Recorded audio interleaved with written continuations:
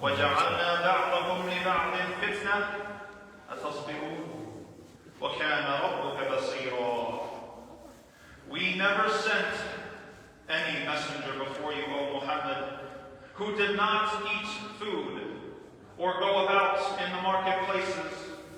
We have made some of you a trial for others. Will you not then be patient? And your Lord is all-seeing. Allah subhanahu wa ta'ala is stressing His sunnah, His consistent way of communicating guidance to human beings. It has always been through human messengers, so that they could show how to implement Allah's guidance in the context of a real human life, which has real relationships, real responsibilities, and real needs. Then Allah says, وَقَالَ الَّذِينَ لَا يَرْجُونَ لِقَاءَنَا لَوْلَا أُنزِلَ عَلَيْنَا الْمَلَائِكَةُ أَوْ نَرَى رَبَّنَا اسْتَكْبَرُوا فِي أَنفُسِهِمْ وَعَتَوْا عُتُوًّا كَبِيرًا. Those who do not expect to meet us say, if only the angels were sent down to us, or if only we could see our Lord. They have certainly been carried away by their arrogance and have entirely exceeded all limits. Notice that Allah Ta'ala is talking specifically about those who do not expect to meet us. Allah is not talking about people who are undecided, people who are sincerely seeking the truth but are not yet convinced, people who are thinking about the decision they have to make. No, Allah is talking about people who are making excuses, people who are arguing in bad faith to deny the afterlife. They pretend that they have objective criteria. They make it seem like if their criteria is met, then they will come to faith and righteousness, but this is not true. Their criteria are like a moving target, always shifting further away as more and more proof is presented to them. Allah Ta'ala has already responded to this doubt. He has never before sent a messenger, except that he was a human being, except that he ate food and he had other human needs. Why then demand an angel? Why then demand to see Allah? Allah exposes them yet again, saying that they have been carried away by their arrogance and have exceeded all limits. Demanding to see Allah is very similar to popular attitudes today regarding faith and religion. Since scientific knowledge has become the scale by which all knowledge is weighed and judged, many people demand scientific proof of God's existence. They want observable proof of the afterlife, physical proof of heaven and hell. If you attempt to provide other forms of proof to such a person, you will run into dead ends. If you tell them, look at the miraculous nature of the Quran, they will say, that's not proof. If you tell them that the theological truth that is found in the Quran has been held as true by the vast majority of human beings throughout history, they will say all those people were wrong. If you tell them to look at the order and complexity of the universe, to infer the existence of a single all-knowing creator, they will reject that too. So they're not looking for just any kind of evidence. What they're looking for is 100% clear, explicit, observable proof. They want it spelled out for them, and only then will they believe. They want to be able to see Allah for themselves. Allah Ta'ala confronts this attitude, saying that it is thinly veiled arrogance. One of the things that makes this attitude so arrogant is that this type of skepticism is not consistent. If you look at the other things such a person believes to be true, whether they are scientific theories like the Big Bang or evolution, or everyday things like political events across the world, you will find that they don't have nearly the same level of skepticism for those things. They don't have any trouble believing in these scientific theories, even if they haven't looked at the observable data themselves. It's enough for them to know that only a group of scientists believes it, and so they accept it as true, without having seen any direct, observable proof. But when it comes to the existence of Allah, the existence of a creator who will hold us accountable for our actions, then we find they are the most skeptical people on earth, demanding to be shown only the most direct and explicit evidence. Such people are not really interested in investigating the truth at all. This is the attitude of many of today's popular atheists. Professor of philosophy and atheist author Thomas Nagel writes in his book, The Last Word, quote, "I want atheism to be true. It's that I hope there is no God. I don't want there to be a God. I don't want the universe to be like that." Cartoonist and writer Martin Rosen writes, "If God proved he existed, I still wouldn't believe in him. I don't believe in God, not because I can't, but because I don't want to." Allah says next in Surah Al-Furqan, يَوْمَ يَرَوْنَ الْمَلَائِكَةَ لَا بُشْرَى يَوْمَئِذٍ لِلْمُجْرِمِينَ وَيَقُولُونَ حِجْرًا مَحْجُورًا. But on the day they will see the angels, there will be no good news for the wicked. They will cry, keep away from us."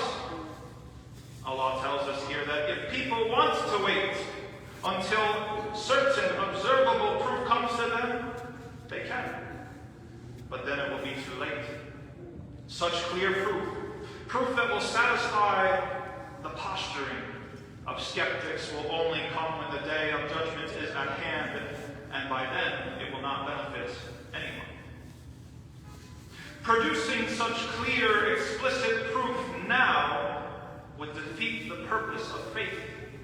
It would defeat the purpose of human life in the first place. That's because the test of faith is not a scientific test. It's not a test of certain undeniable proof. The test of faith is instead a test of moral character. To choose faith is to choose order and purpose in the universe and in human life. To choose faith is to choose accountability for one's actions and responsibility for the consequences of one's choices. To choose faith is to choose an ideal of righteousness and a practice of repentance when we fail to live up to that ideal. It's a life of sacrifice, a life of temperance, of chastity and restraint that you choose when you choose a life of faith. After facing this choice, to use the lack of complete observable evidence as a pretext, to choose a life that is unrestricted, that is unbound, without guidelines, without rules, living for the self, living for the ego, and what it deems good, this is supreme arrogance and disingenuous. Allah then says, وَقَدِمْنَا إِلَى مَا عَمِلُوا مِنْ عَمَلٍ فَجَعَلْنَاهُ هَبَاءً مَنْثُورًا. Then we will turn to whatever good deeds they did, reducing them to scattered dust. For such an arrogant type of person who wanted to make up their own criteria, who wanted to call their own shots and not be restricted or hindered by faith or by guidance, Allah will bring all their deeds to nothing. It doesn't matter if they fed the poor. It doesn't matter if they built wells across the world. Everything they did in this life will be worthless on the day of judgment. Why? How is this fair? Allah has created the spiritual world with laws of cause and effect, just like the material world. Deeds done sincerely for Allah Ta'ala purify the soul, whereas deeds done for other reasons simply don't. Even if those deeds help other people in this life, only that which is done for Allah Subhanahu wa Ta'ala will have any weight in the hereafter. Then Allah says, Ashabul Jannah, يَوْمَئِذٍ خَيْرٌ مُسْتَقَرًّا وَأَحْسَنُ مَقِيلًا. But on that day, the residents of paradise will have the best settlement and the finest place to rest, as opposed to those who reject faith, those who do their deeds sincerely to please their Creator. Those will be the inhabitants of paradise. وَيَوْمَ تَشَقَّقُ السَّمَاءُ بِالْغَمَامِ وَنُزِّلَ الْمَلَائِكَةُ تَنزِيلًا. Watch for the day the heavens will burst with clouds, and the angels be sent down in successive ranks. الْمُلْكُ يَوْمَئِذٍ الْحَقُّ لِلرَّحْمَنِ وَكَانَ يَوْمًا عَلَى الْكَافِرِينَ عَسِيرًا. True authority on that day will belong only to the most compassionate, the most merciful of Rahman, and it will be a hard day for those who deny faith. In this life, many of us have some degree of authority, from the president to the military to any corporation or organization. Even within our own families, we depend on leadership. We depend on the leaders and their authority to keep things moving along, to make decisions. But all authority that exists in this world derives from Allah's supreme authority. Allah has given us in this life the freedom to have a small amount of authority, the freedom to decide, the freedom to command and be obeyed, whether we're wrong or right. On the day of judgment, however, all of that authority will be revoked. It will be taken away, and Allah will exercise full authority over the reckoning and our placement in paradise or hellfire. Notice that despite the terrifying nature of the day of judgment for the believers, there is a silver lining in this verse. Despite the fact that this is the day when everyone will be sorted into their eternal resting place, Allah Ta'ala said that all the authority belongs to who? Ar-Rahman. Of all the names Allah could have used for Himself here, Allah chose Ar-Rahman. Not Al-Jabbar, not Al-Qahhar, not Al-Muntaqim, not names that inspire fear and dread, but Ar-Rahman, the most merciful, the most compassionate. He chose a name that inspires not fear, but love, not dread, but hope.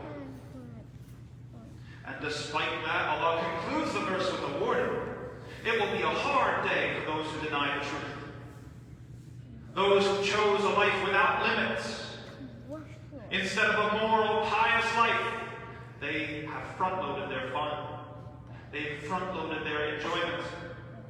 All of it will be wiped away, and they will finally face the hardship they were avoiding. These two ideas, seemingly contradictory, seemingly against each other, communicate one single clear message. Those who are sincere have no reason to fear. They can hope for Allah's infinite mercy, whereas those who made excuses and argue in bad faith, they will finally face reality. Allah then says, وَيَوْمَ يَعَضُّ الظَّالِمُ عَلَى يَدَيْهِ يَقُولُ يَا لَيْتَنِي اتَّخَذْتُ مَعَ الرَّسُولِ سَبِيلًا. And beware of the day the wrongdoer will bite his nails in regret and say, oh, I wish I had followed the way along with the messenger. All the enjoyment and heedlessness will transform from wistful nostalgia to burning regret. They made excuses to avoid following the messenger in this life, and in the next, they will desperately wish that they had the humility and the honesty to follow him. يا ويلتى ليتني لم أتخذ فلانا خليلا. Woe to me, I wish I had never taken so-and-so as a close friend. Here Allah alludes to a very common reason people reject faith and reject the Prophet ﷺ.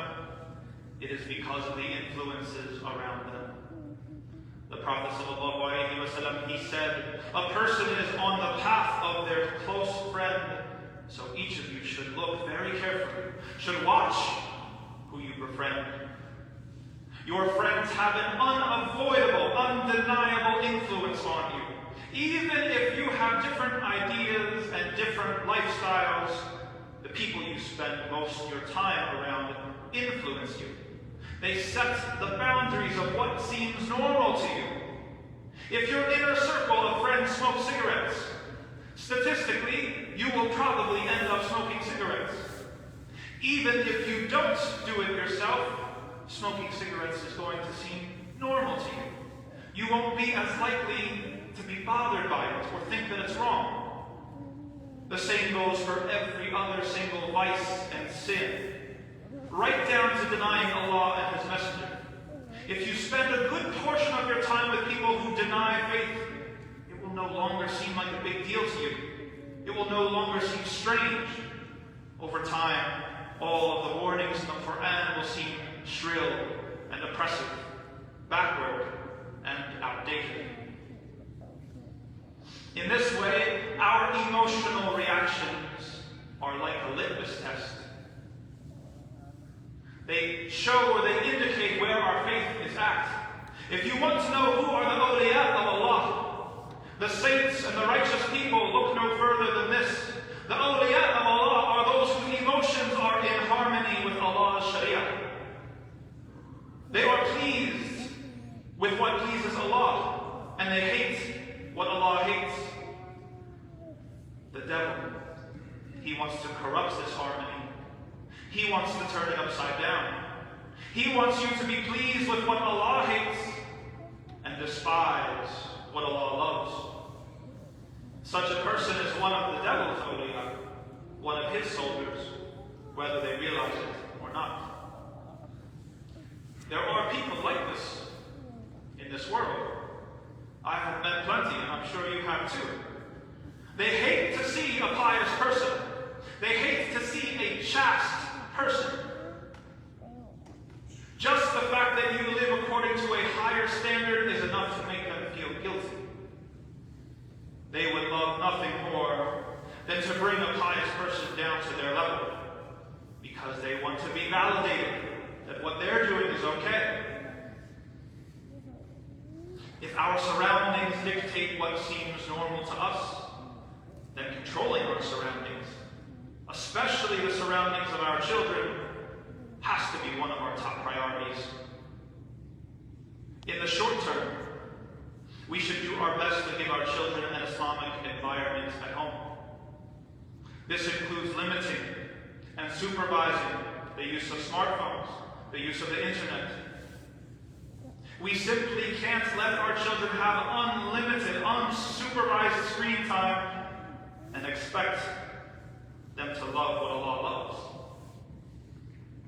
In the long term, as a Muslim community, we should make it a goal to provide Islamic schools, and we should make every effort as Muslims to live close to one another and be together. Allah then says, لَقَدْ أَضَلَّنِي عَنِ الذِّكْرِ بَعْدَ إِذْ جَاءَنِي وَكَانَ الشَّيْطَانُ لِلْإِنسَانِ خَذُولًا. It was he who truly made me stray from the reminder after it had reached me, and the devil has always betrayed mankind. Allah describes bad influences as those who distract from the remembrance of Allah. Similar to what we mentioned last week, sin is made possible among the people of faith when we're made to forget Allah. And it is the devil's sworn task to distract us from that remembrance. either by the suggestions that he places directly to us or in the form of bad influences.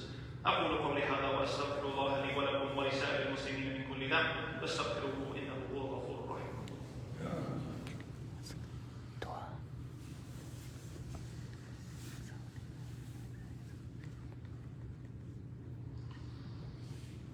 بسم الله الرحمن الرحيم. الحمد لله رب العالمين والصلاة والسلام على أشرف الأنبياء والمرسلين نبينا وقدوتنا محمد عليه أفضل الصلاة وأزكى التسليم. Then Allah says, وَقَالَ الرَّسُولُ يَا رَبِّ إِنَّ قَوْمِ اتَّخَذُوا هَذَا الْقُرْآنَ مَهْجُورًا. The messenger has cried, O my Lord, my people have indeed received this Qur'an with neglect. The primary meaning of this verse, as recorded by the Khutbah and others, is that the Quraysh, the people of the Prophet ﷺ, they fled away from the Qur'an, literally by stuffing cotton in their ears, talking over it, or playing music to drown out the sound of the recitation of the Qur'an, but also figuratively, by calling it poetry, calling it fables, calling it magic and sorcery. Ibn Kathir in his tafsir, he gives this verse a powerful secondary meaning. For Muslims who, although we may affirm that the Qur'an is true, don't give the Qur'an its due right. We neglect it. We neglect memorizing it and studying it. We neglect reflecting upon it and understanding it. We neglect acting in accordance with its guidance. We don't prioritize it. Rather, we prioritize amusement and entertainment, Netflix, music, video games, anything else. This is all part of that neglect. Other nations have lost their books, and ours, which is complete and preserved, it sits on our shelves collecting dust. May Allah make us from the Quran. وَكَذَلِكَ جَعَلْنَا لِكُلِّ نَبِيٍّ عَدُوًّا مِّنَ الْمُجْرِمِينَ وَكَفَى بِرَبِّكَ هَادِيًا وَنَصِيرًا. Similarly, we made enemies for every prophet from among the wicked people, but sufficient is your Lord as a guide and helper. The opposition that the Prophet Muhammad ﷺ faced from the deniers of faith, who made all these excuses to not follow him in his message, it's all part of Allah's plan. It's not a sign that he was doing things wrong.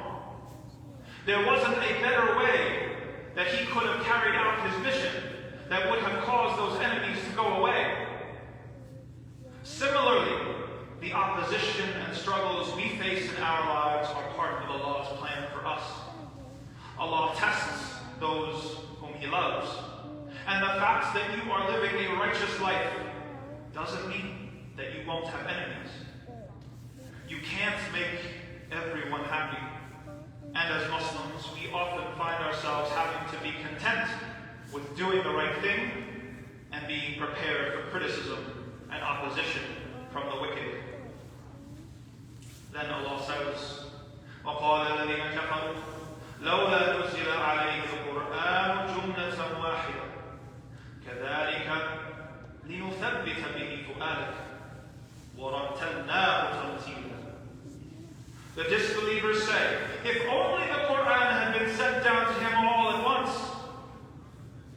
We have sent it in such stages so that we might reassure your heart with it. And we have revealed it at a deliberate pace. The gradual revelation of the Qur'an is one of the clearest signs of Allah's mercy and goodwill toward us. It allowed the Sharia to be formed gradually in a way that took into account the ignorance that people lived in before Islam. The first decade or so of the Prophet's mission, ﷺ, mostly centered around theological truths like Tawheed and refining people's beliefs and attitudes. Many of the iconic rules that distinguish Islam from other religions came long after.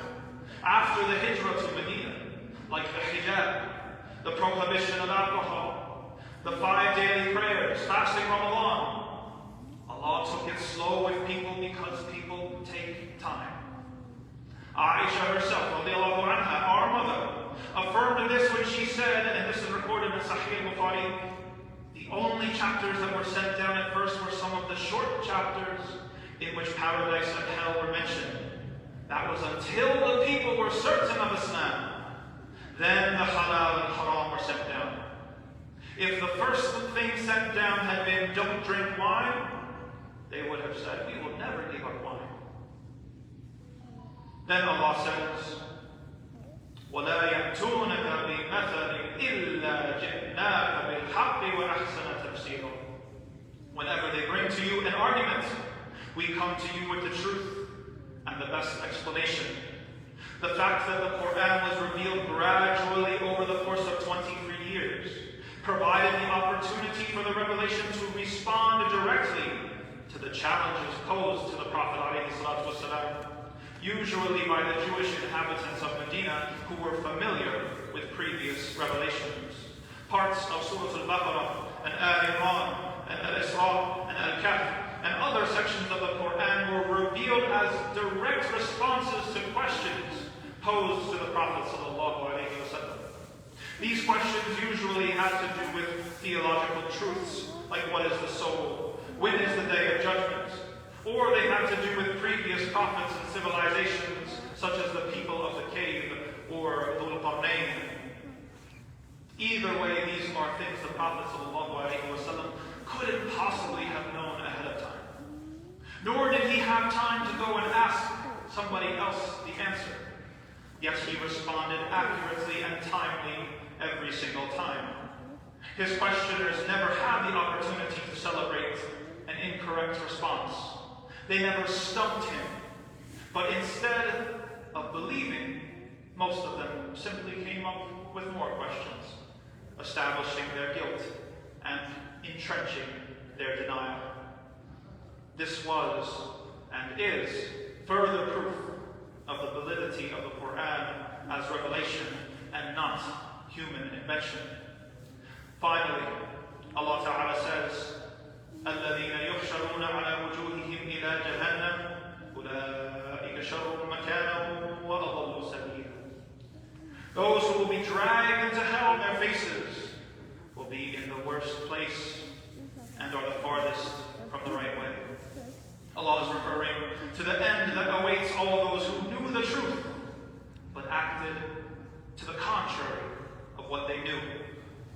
Those who rejected faith, who hid behind excuses and denied the Messenger, alayhi salatu wassalam, for them is a horrifying torment. ثم صلوا وسلموا على نبي الرحمة كما أمركم ربكم حيث قال إن الله وملائكته يصلون على النبي يا أيها الذين آمنوا صلوا عليه وسلموا تسليما اللهم صل على محمد وعلى آل محمد كما صليت على إبراهيم وعلى آل إبراهيم إنك حميد مجيد وبارك على محمد وعلى آل محمد كما باركت على إبراهيم وعلى آل إبراهيم إنك حميد مجيد اللهم اغفر لنا ذنوبنا وكفر عنا سيئاتنا اللهم ارحم موتانا واعف مبتلانا واشف مرضانا واهد ضالنا برحمتك يا أرحم الراحمين اللهم أرنا الحق حقا وارزقنا اتباعه وأرنا الباطل باطلا وارزقنا اجتنابه يا عباد الله إن الله يأمر بالعدل والإحسان وإيتاء ذي القربى وينهى عن الفحشاء والمنكر والبغي يعظكم لعلكم تذكرون والله أكبر